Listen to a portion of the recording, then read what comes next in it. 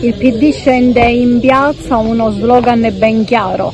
Sì, lo slogan di queste iniziative del PD Sicilia che si stanno facendo davanti ai presidi sanitari di tutta la Sicilia, di ogni provincia. Oggi ci troviamo qui davanti all'ospedale di San Giovanni di Dio di Agrigento e abbiamo utilizzato uno slogan molto chiaro che è quello: mandiamoli a casa.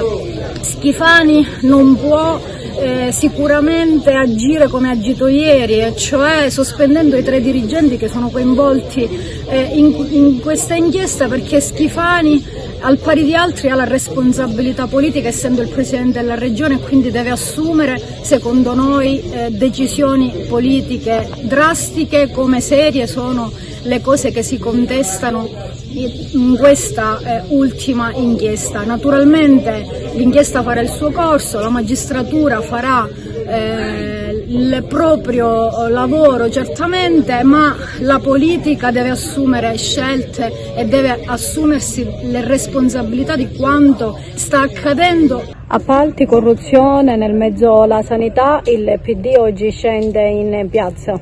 Sì, assolutamente il PD scende in piazza, lo scende in piazza con grande convinzione, con grande determinazione per dire basta a questo sistema di clientele, basta a questo sistema affaristico, è il momento di voltare pagina. La Sicilia deve ritrovare l'orgoglio di avere una classe dirigente dove la questione morale non sia veramente al centro di tutto, ma abbiamo bisogno di una classe dirigente seria e responsabile, dove il merito, dove la competenza abbiano il sopravvento, anziché avere scelte assolutamente mortificanti